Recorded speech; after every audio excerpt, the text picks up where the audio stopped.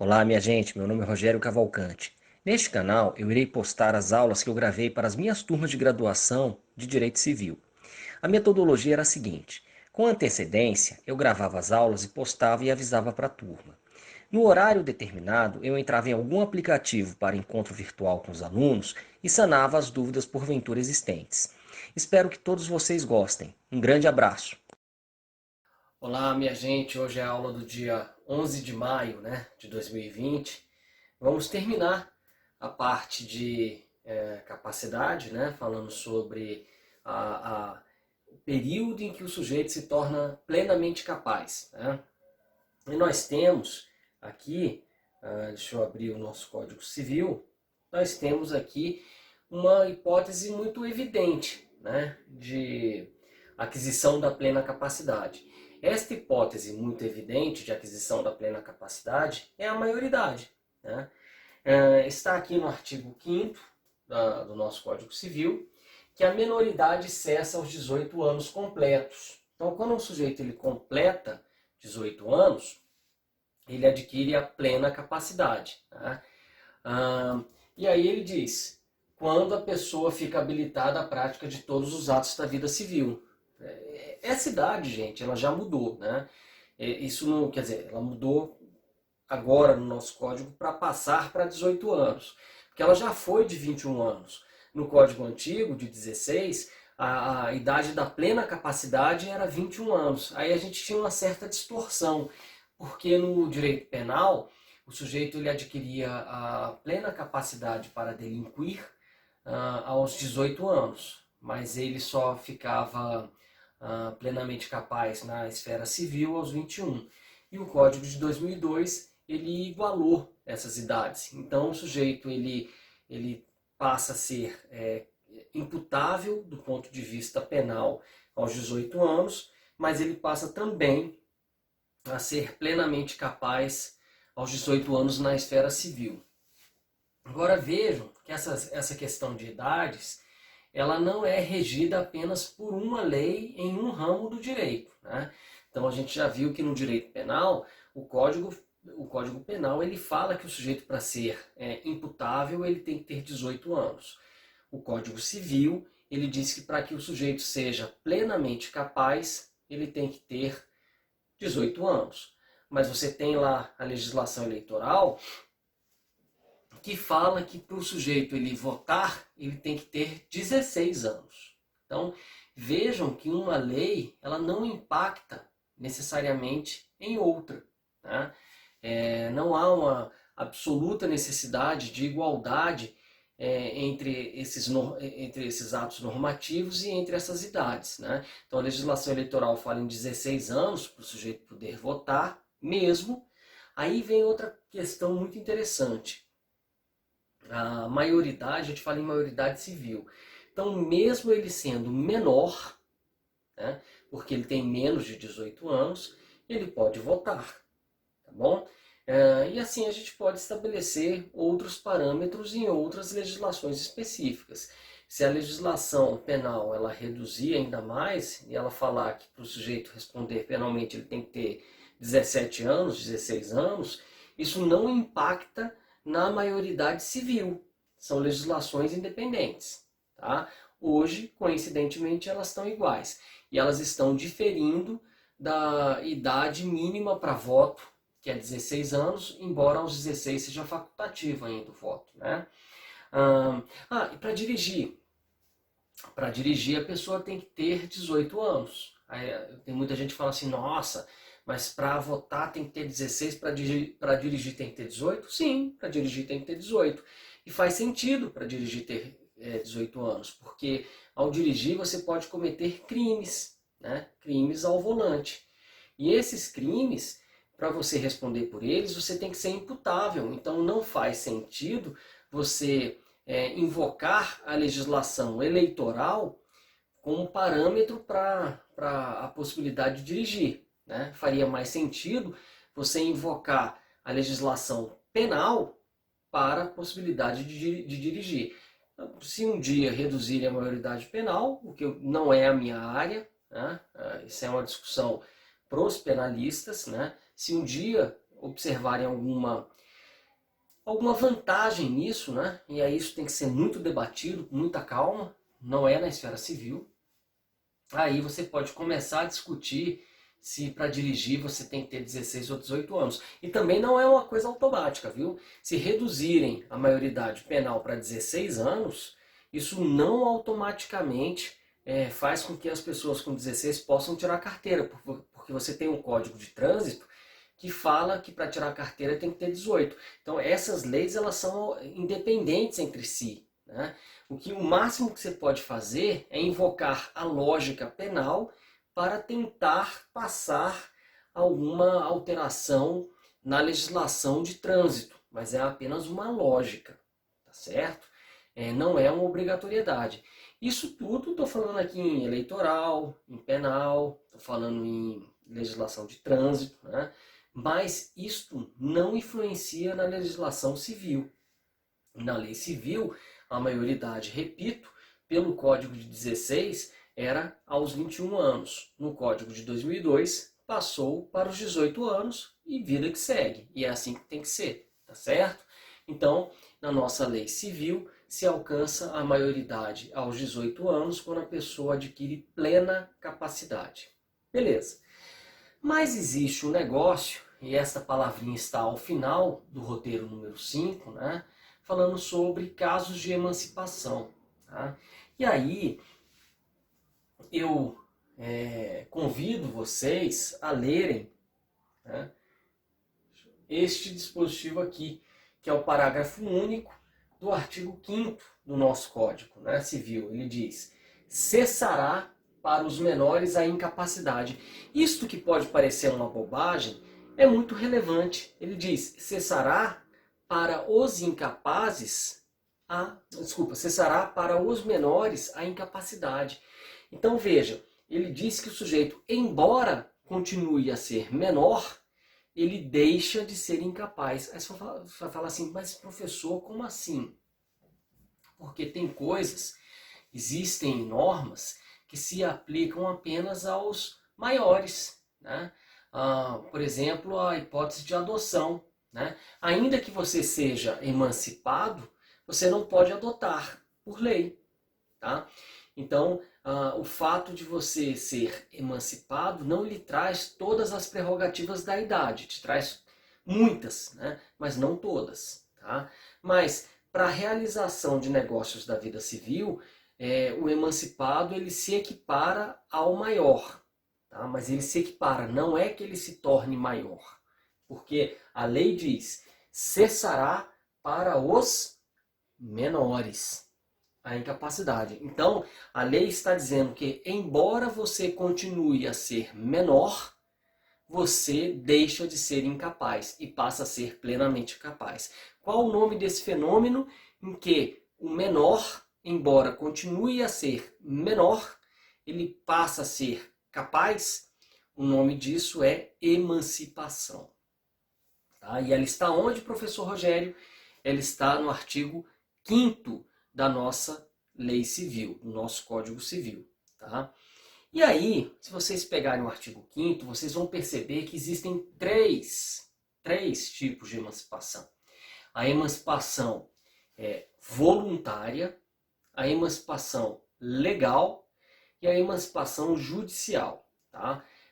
Lembrando que a maior parte, né, dos incisos do artigo 5º se refere à emancipação legal.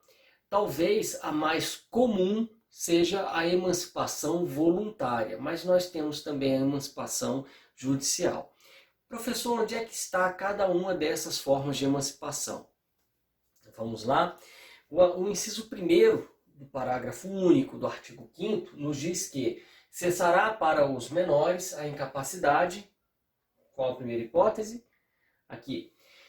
Pela concessão dos pais ou de um deles na falta do outro, mediante instrumento público, independentemente de homologação judicial. Esta forma de emancipação ela é voluntária porque ela prescinde. Você vai falar assim: o que é que significa prescinde, professor? Prescinde significa dispensa. Imprescindível é indispensável. prescindível é dispensável. Então, quando a gente fala que algo prescinde de uma coisa, é que ele dispensa esta coisa. Então, ó, pela concessão dos pais ou de um deles na falta do outro, mediante instrumento público, independentemente de homologação judicial. A homologação judicial, nesse caso, é prescindível, ela é dispensável. Você precisa apenas que os pais, os dois, vão a cartório e em cartório eles fazem uma escritura de emancipação. Tá? Aí você vai falar assim, professor, e se eles forem separados? Não importa. Eles vão ter que fazer a escritura juntos. Ou, pelo menos, os dois vão ter que assinar a escritura de emancipação. Não importa. Ah, mas só um tem a guarda. Não. A emancipação, vocês vão aprender e vão estudar isso com mais calma, que uma coisa é guarda, outra coisa é poder familiar. Guarda significa você você ser uma figura central na condução dos assuntos imediatos da educação do menor. Você tem a guarda. Então você que vai definir onde é que ele vai estudar, você que vai definir se vai matricular em curso de inglês ou não, é porque você tem a guarda. Mas o fato de você ter a guarda não exclui a participação do não guardião na educação dessa criança. Então o não guardião, ele fiscaliza o guardião na condução da educação. Então se o guardião ele recebe um bom dinheiro e coloca o filho numa escola muito fraca só porque é mais barata, o não guardião pode se insurgir, falar assim, olha, peraí, não sou eu que matriculo, é o guardião que matricula, mas isso está errado. Aí ele exerce o poder familiar, porque poder familiar, ou seja, possibilidade de participar na educação do filho, os dois têm, mesmo que um seja guardião e o outro não seja guardião. Entendem, gente? Então, separem bem esse conceito desde já. Uma coisa é você ter a guarda e outra coisa é você ter o poder familiar. O poder familiar significa o poder de participar na educação do filho, tá? Este poder você não perde só porque você não tem a guarda. A guarda, vamos colocar aqui numa linguagem de primeiro semestre, né? A guarda, ela significaria mais aqueles poderes burocráticos de resolver os problemas mais prementes, mais imediatos na educação da criança, tipo definir qual é a escola que vai estudar, definir se vai fazer curso de inglês ou não, definir se vai fazer natação. Isso aí, definir onde é que vai morar, isso é guarda. Né? Mas a guarda, ela não exclui a possibilidade do não guardião de participar da educação do filho, tá bom? Mas hoje em dia esse problema diminuiu um pouco, porque hoje é mais raro você ter uma guarda exclusiva. Hoje é mais comum você ter uma guarda compartilhada, que aí na guarda compartilhada você vai ter pai e mãe, os dois tendo a guarda, né? Embora tenha um lar de referência na casa de um dos dois, os dois vão ter que definir esses aspectos burocráticos, mesmo os dois não morando juntos, eles vão ter que definir esses aspectos burocráticos da educação em consenso, né? E os dois vão ter poder familiar. O modelo mais antigo, né, mais arcaico nas separações, você tinha um só dos genitores com a guarda, que era chamada guarda exclusiva, e o outro não tendo a guarda. O outro só visitava, mas os dois continuavam tendo poder familiar. Ok, minha gente? Então, eu vou seguir aqui falando com vocês sobre o tema de emancipação. Bom, minha gente, mas superada essa questão de guarda e poder familiar, o que é que nos importa falar de emancipação? Por que eu estou trazendo esse assunto à baila? Né? Eu estou trazendo porque ele fala aqui concessão dos pais ou de um deles na falta do outro. Então, falta não significa ser separado e um só ser guardião. Não significa isso. Se eles são separados e um só é guardião, ainda, repito, ainda assim os dois vão ter que participar juntos do ato de emancipação. Eu só vou ter um pai ou uma mãe sozinhos no ato de emancipação se o outro faltar. O que é o outro faltar? Esse argumento do outro faltar, essa possibilidade do outro faltar, é uma possibilidade muito restrita. Por exemplo, um dos dois morreu, tá? Aí o outro, obviamente, o outro que está sozinho vai emancipar só. Ah, um está ausente naquela forma mesmo que a gente estudou de ausência. Um é um pai ou uma mãe que se encontra numa situação jurídica de ausência. Ok, aí o outro vai emancipar sozinho. Ou eu preciso emancipar, mas tem um que está preso em outro país. Né? Ele não está tecnicamente ausente, mas ele está encarcerado em outro país e eu não tenho como obter esta anuência para a emancipação. Seria um justo motivo para você fazer uma emancipação apenas por um dos genitores. Tá? Mas, repito, normalmente a emancipação voluntária ela depende dos dois, sejam casados, sejam separados, ok? Os dois vão ter que participar do ato de emancipação. Gente, e aí vem um negócio interessante, vem uma discussão muito legal, que é assim, depois que o sujeito ele fica capaz, deixa eu localizar aqui um artigo no nosso código, que ele sempre é discutido quando a gente fala sobre incapacidade, sobre indenização. Olha isso aqui.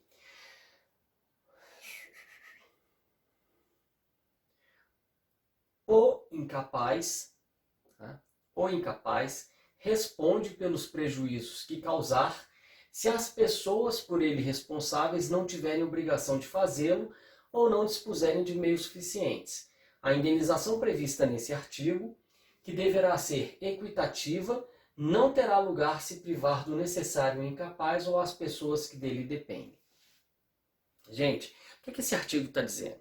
Esse artigo está dizendo é que se o incapaz ele trouxer prejuízos para alguém, quem responde inicialmente pelos prejuízos são os seus responsáveis.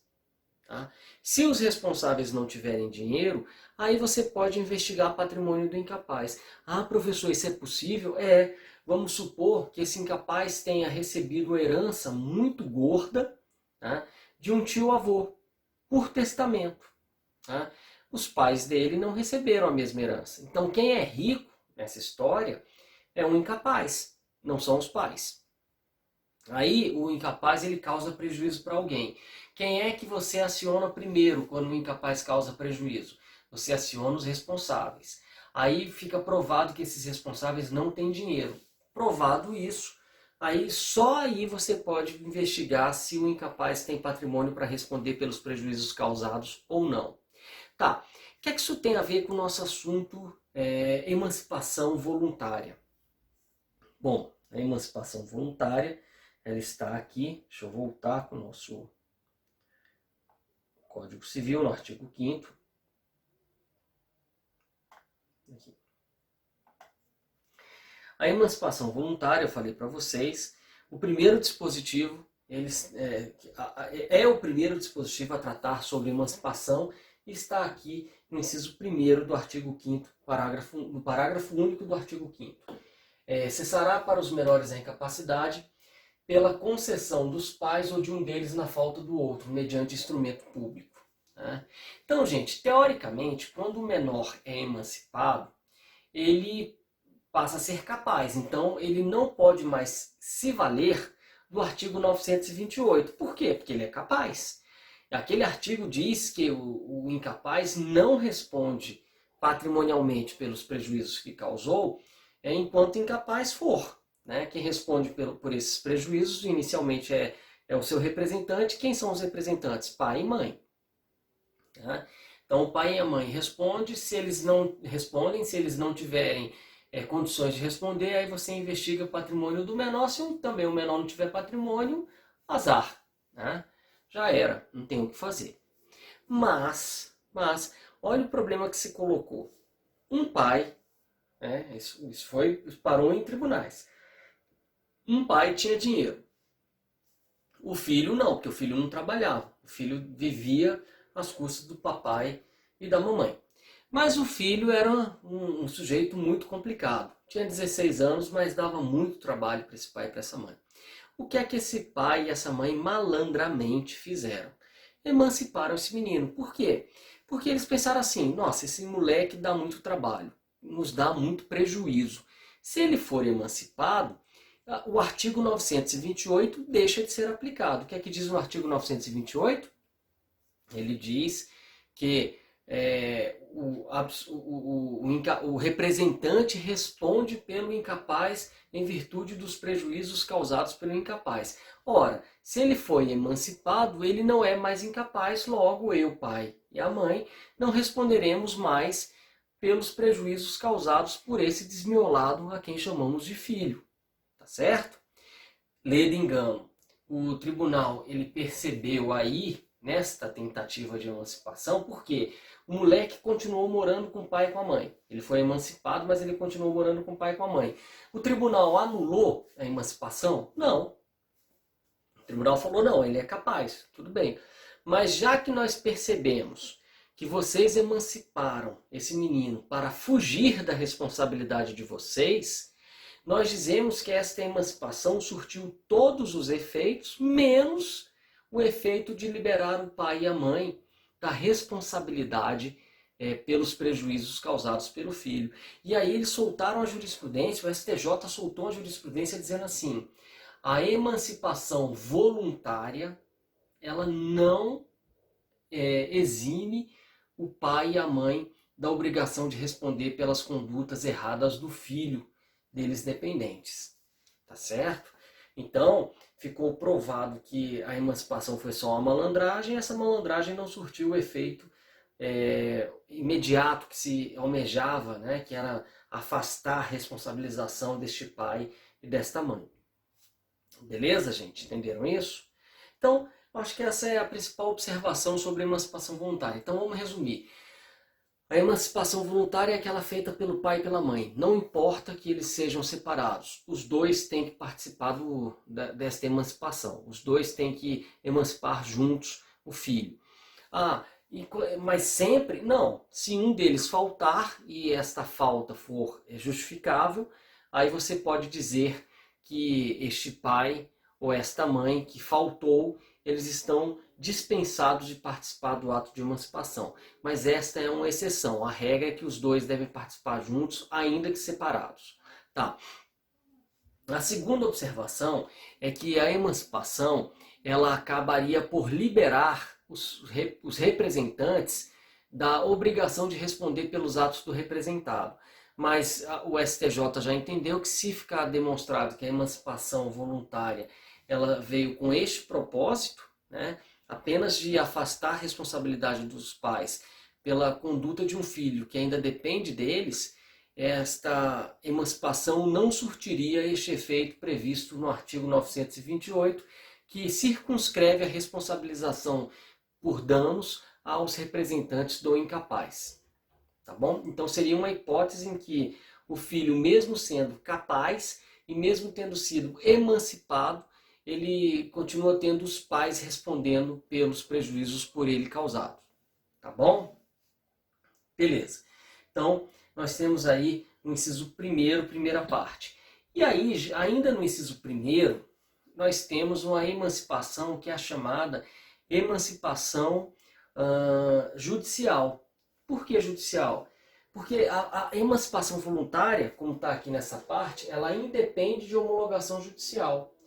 Mas a emancipação judicial, ela depende de sentença do juiz, por isso que ela é judicial. Tá? E ela acontece em que hipóteses? Ela acontece quando o sujeito não tem o pai e a mãe respondendo por ele. Ela acontece quando o sujeito tem um tutor respondendo por ele. Tá? Então ele fala assim, ó, ou por sentença judicial, ouvido o tutor se o menor tiver 16 anos completos. Outro detalhe interessante.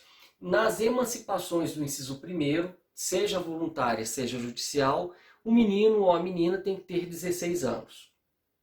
Se ele tiver pai ou mãe respondendo por ele, esta emancipação pode ser voluntária. Se ele não tiver nem pai nem mãe respondendo por ele, mas tiver um tutor, esta emancipação tem que ser judicial. E quem é que é o autor do pedido de emancipação? O menor, com 16 anos.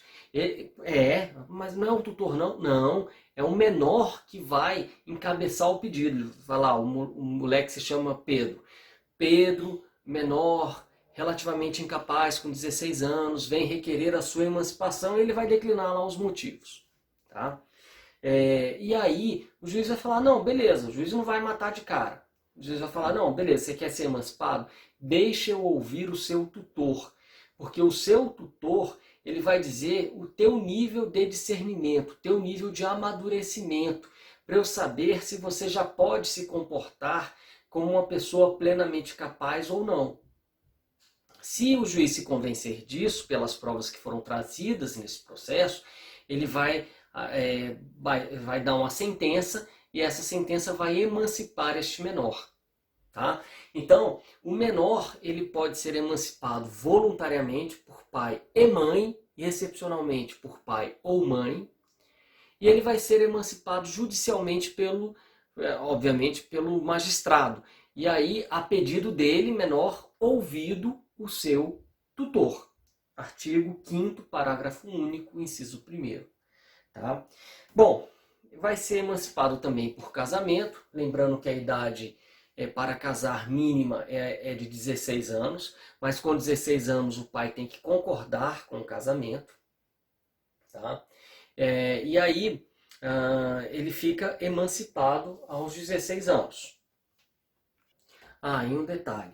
Aos 16 anos a pessoa então ela tem que ser autorizada a casar pelo pai, pela mãe, e se o pai e a mãe não autorizarem e ela tiver um justo motivo para casar, mostrar que ela já tem discernimento, que ela entende o que é casamento, ela pode buscar um suprimento da vontade do genitor que não a autorizou a casar.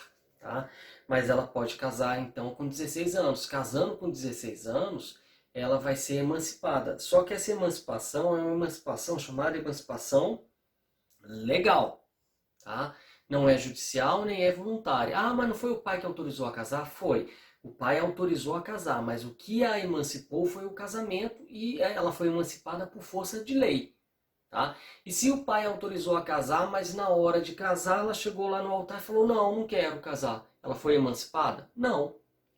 Agora tem outra questão interessante. E se ela casou e 3 meses depois ela divorciou, porque não deu certo, ela continua emancipada? Continua emancipada. Ela já se emancipou, ela não volta, tá certo? Essa emancipação, ela não é desfeita. Mas e a emancipação voluntária? Se a emancipação voluntária ela foi fraudada, ela foi nula por algum motivo, ela pode ser desfeita. Mas as emancipações legais, uma vez emancipado, você já estará emancipado. Você não perde essa emancipação. Tá? Então, o casamento emancipa. Tá? É uma emancipação legal. Aqui, o inciso 3º, ele fala exercício de emprego público efetivo. Emprego público efetivo, gente, é mais difícil você ser emancipado, porque a lei hoje fala que para você dar posse em concursos públicos, o cara tem que ter 18 anos. E faz sentido. Eu acho erradas as liminares que permitem que alguém passou no concurso público com 17 anos assuma. Por quê? Porque o cara quando assume um cargo público, ele, em tese, ele pode se corromper. E ao se corromper, ele comete um dos crimes mais graves que nós temos em nossa legislação. Né? Agora imagine vocês um moleque com 17 anos se corrompendo.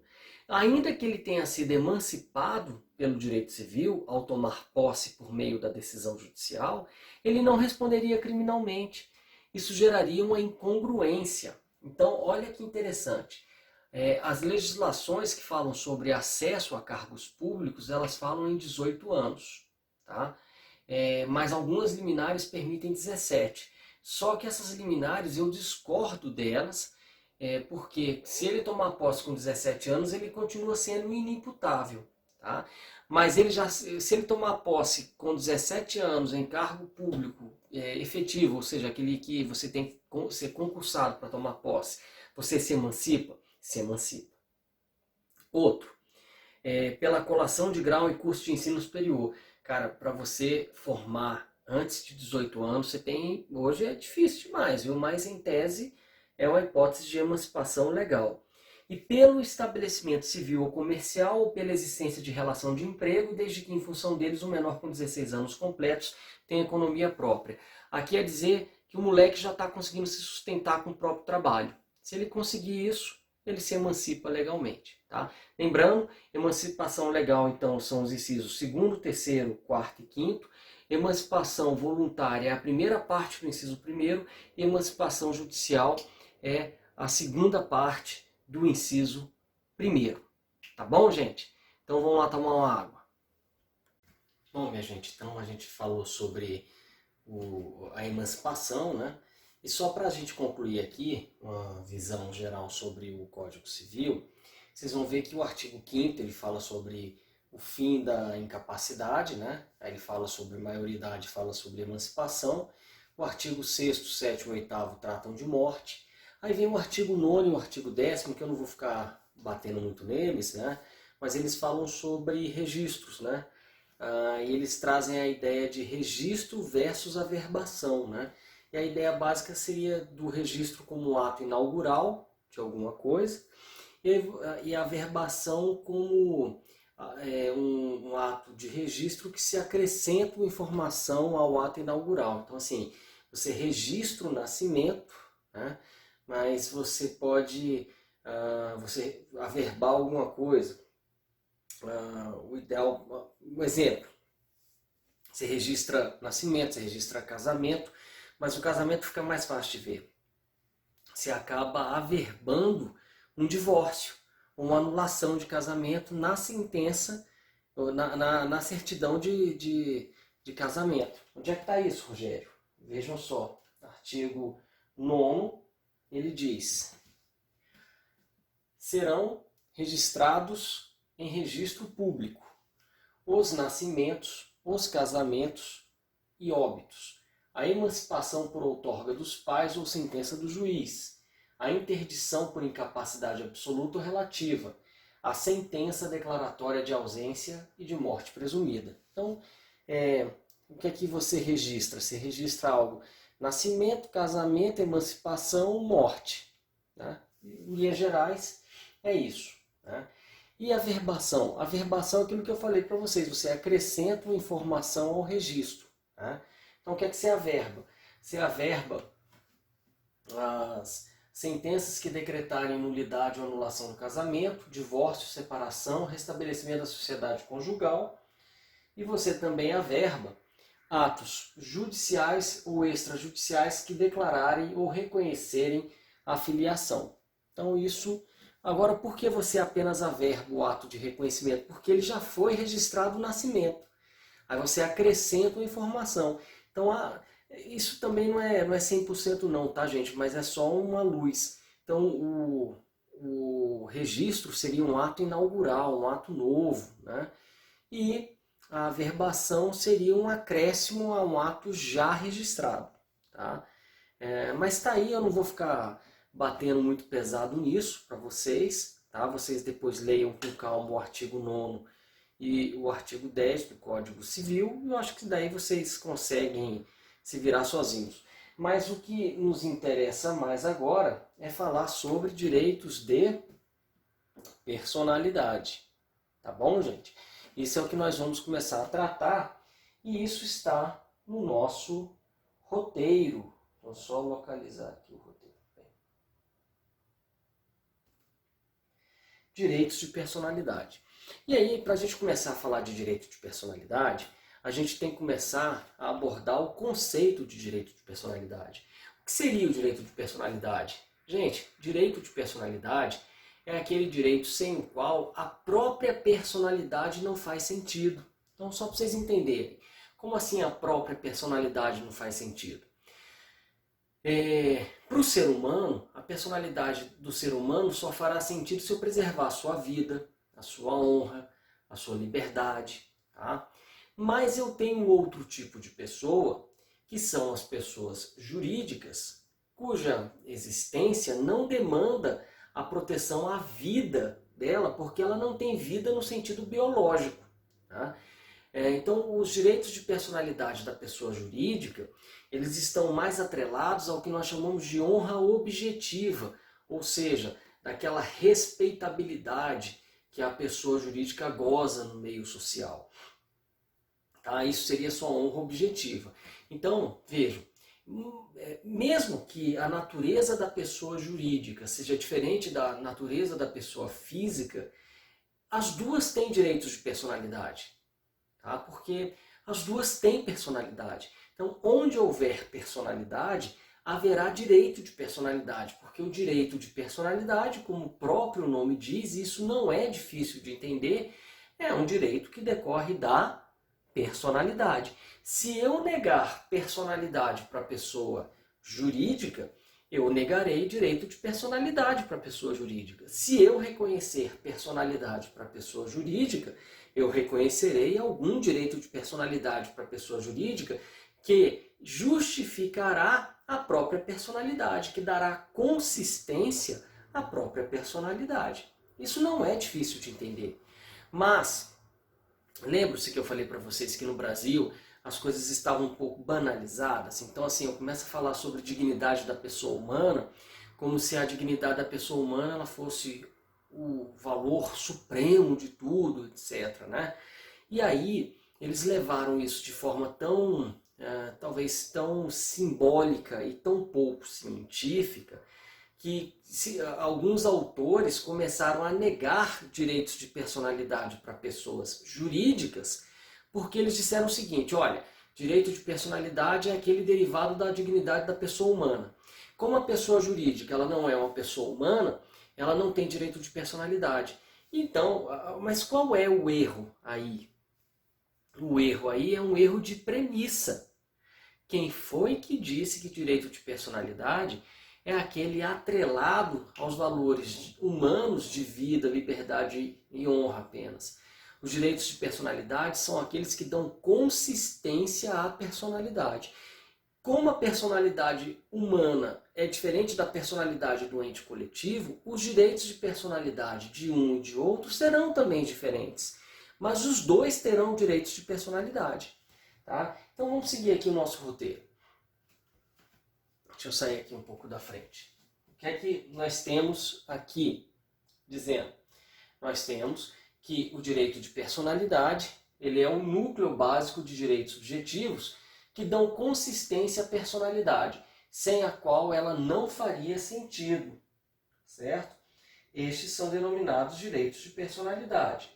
Então, por isso é que eu critico este enunciado da 4ª jornada de direito civil. Né? Este enunciado, o enunciado 286, ele diz o quê? Só para vocês entenderem o que são esses enunciados. Esses enunciados são assim: lá no Conselho da Justiça Federal, vários professores brasileiros se reuniram e discutiram alguns enunciados para interpretar melhor o Código Civil. Tá? Bom, eu participei de uma dessas jornadas, aprovei um enunciado, e vários professores chegam e falam assim: eu tenho essa proposta de interpretação do artigo tal. E aí a coisa é votada. Eu participei dessa jornada de direito civil e eu votei contra esse enunciado, mas eu fui voto vencido. Tá? Olha só o que o enunciado diz. Vamos lá. Vou até baixar isso aqui, para ficar mais fácil de ler. Aqui. Olha isso. Os direitos de personalidade são direitos inerentes e essenciais à pessoa humana. Premissa falsa. Os direitos de personalidade são direitos inerentes e essenciais à pessoa. Ponto. Não à pessoa humana. Este pessoa humana foi um acréscimo do professor que criou esse enunciado, que eu não lembro o nome dele. Mas ele exagerou nisso aqui. Os direitos de personalidade são direitos inerentes e essenciais à pessoa.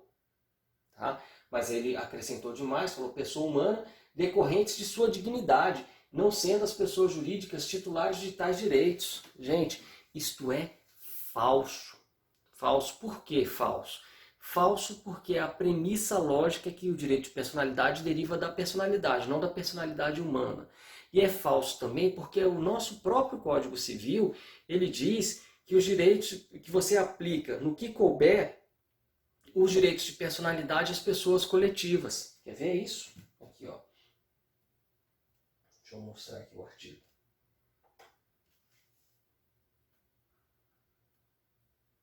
Ó, quando a gente começa a falar de pessoas jurídicas,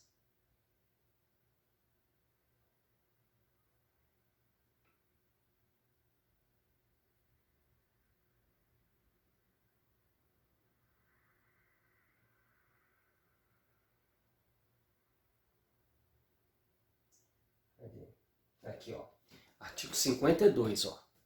Aplica-se às pessoas jurídicas no que couber a proteção dos direitos de personalidade.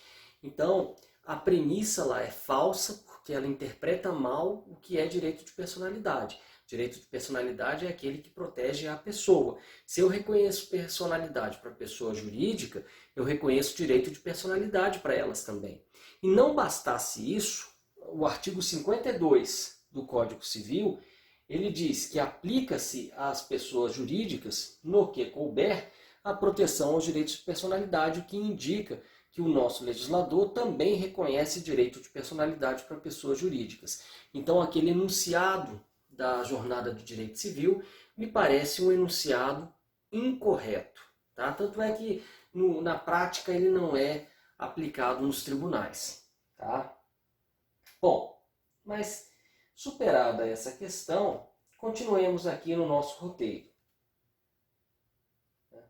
O próximo tópico, ele fala sobre direitos fundamentais versus direitos de personalidade.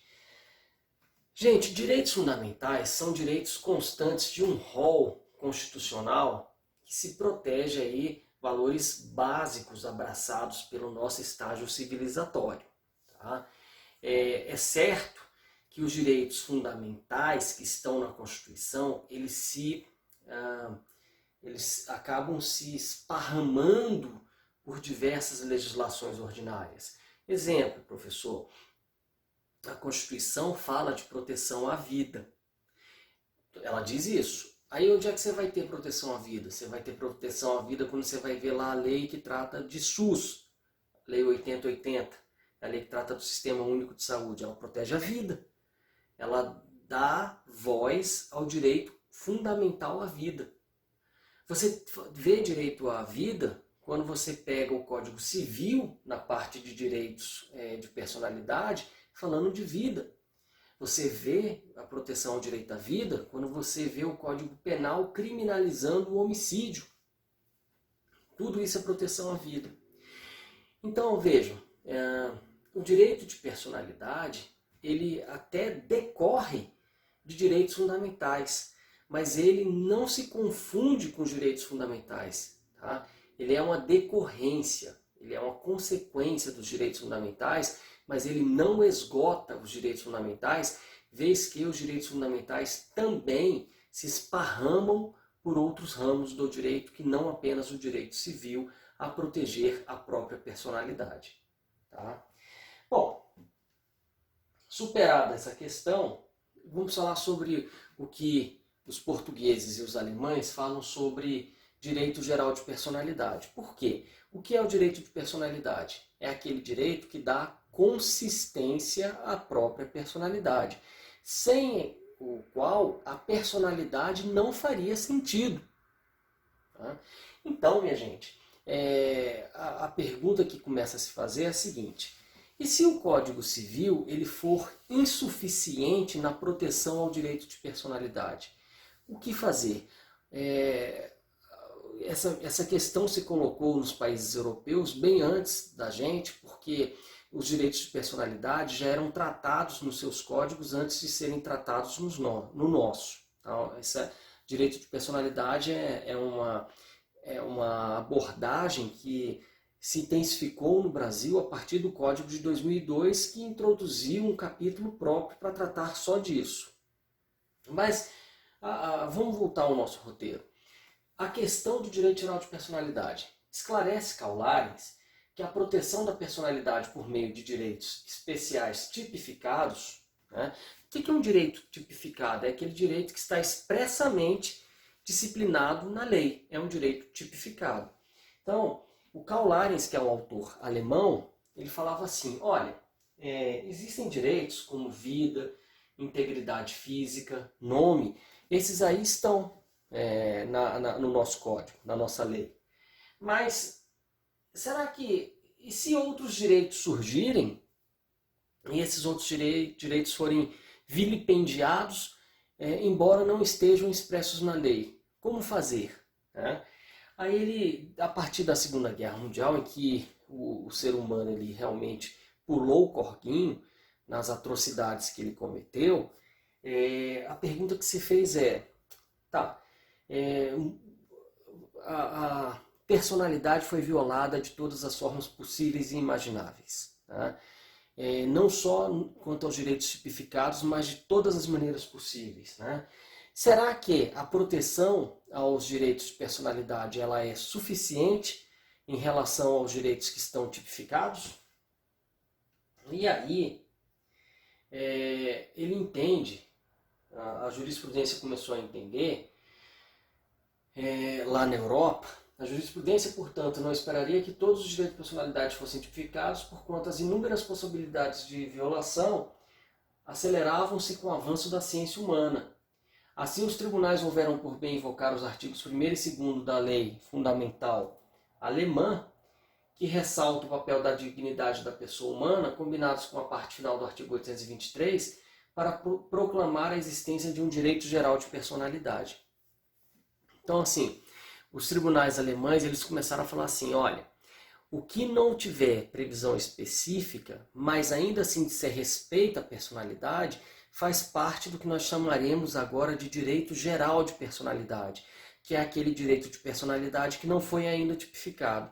Todo direito de personalidade, tudo que for imprescindível para a proteção da pessoa, que não tiver uma disciplina específica, será tratada pelo direito geral de personalidade. E no Brasil? Gente, no Brasil a gente não chegou a este grau de sofisticação da discussão. Né? Aqui no Brasil a gente diz somente que os direitos de personalidade eles integram um rol não exaustivo. Eu acho que esta abordagem já seria suficiente. O que é que você quer dizer com isso, professor? Vocês pegam lá o artigo 11 e seguintes do Código Civil. Ele vai falar de vida, vai falar de integridade física, vai falar de nome, vai falar de pseudônimo, vai falar de imagem, mas ele pode deixar de falar de alguns artigos. Por exemplo, nós temos hoje a chamada LGPD, Lei Geral de Proteção de Dados, que é uma lei que protege dados, né? E esses dados, eles são, na realidade, um direito de personalidade também. Vejam só a proteção às minhas fotos, a proteção às minhas conversas com as operadoras, a proteção a dados financeiros meus, né? Isso diz respeito à minha própria personalidade, porque você pega todos esses dados, você desenha um panorama de quem eu sou. Isto não estava tipificado até pouco tempo, mas você ia dizer que isso não faz parte de um direito de personalidade? Faz parte. Só que aqui os alemães diziam assim, se isso não está tipificado, isto faz parte do direito geral de personalidade. Aqui nós dizemos o seguinte, não, estas questões não estavam abraçadas em nenhuma lei específica, mas o rol de direitos de personalidade não é um rol exaustivo e, portanto, a proteção aos dados também faz parte da proteção à minha personalidade. Hoje em dia, repito, este problema não se coloca com a mesma força, porque nós temos uma lei específica chamada Lei Geral de Proteção de Dados, a famosa LGPD, que impõe às empresas que administram dados uma série de cuidados para que esses dados não vazem, inclusive com multas muito pesadas, que podem chegar até 50 milhões de reais. Tá bom, gente? Então, esta é a questão da discussão sobre o direito geral de personalidade, que eu acho que a gente não precisa usar essa nomenclatura aqui no Brasil. Basta dizer que os direitos de personalidade não integram um rol exaustivo. Tá? Bom, eu acho, minha gente, então, que a gente poderia, por hora, encerrar esta aula aqui, né? E a partir da próxima aula, a gente começa falando sobre as características dos direitos de personalidade e a gente já avança para a análise de algum desses direitos. Tá bom, gente? Obrigado pela atenção. Até amanhã.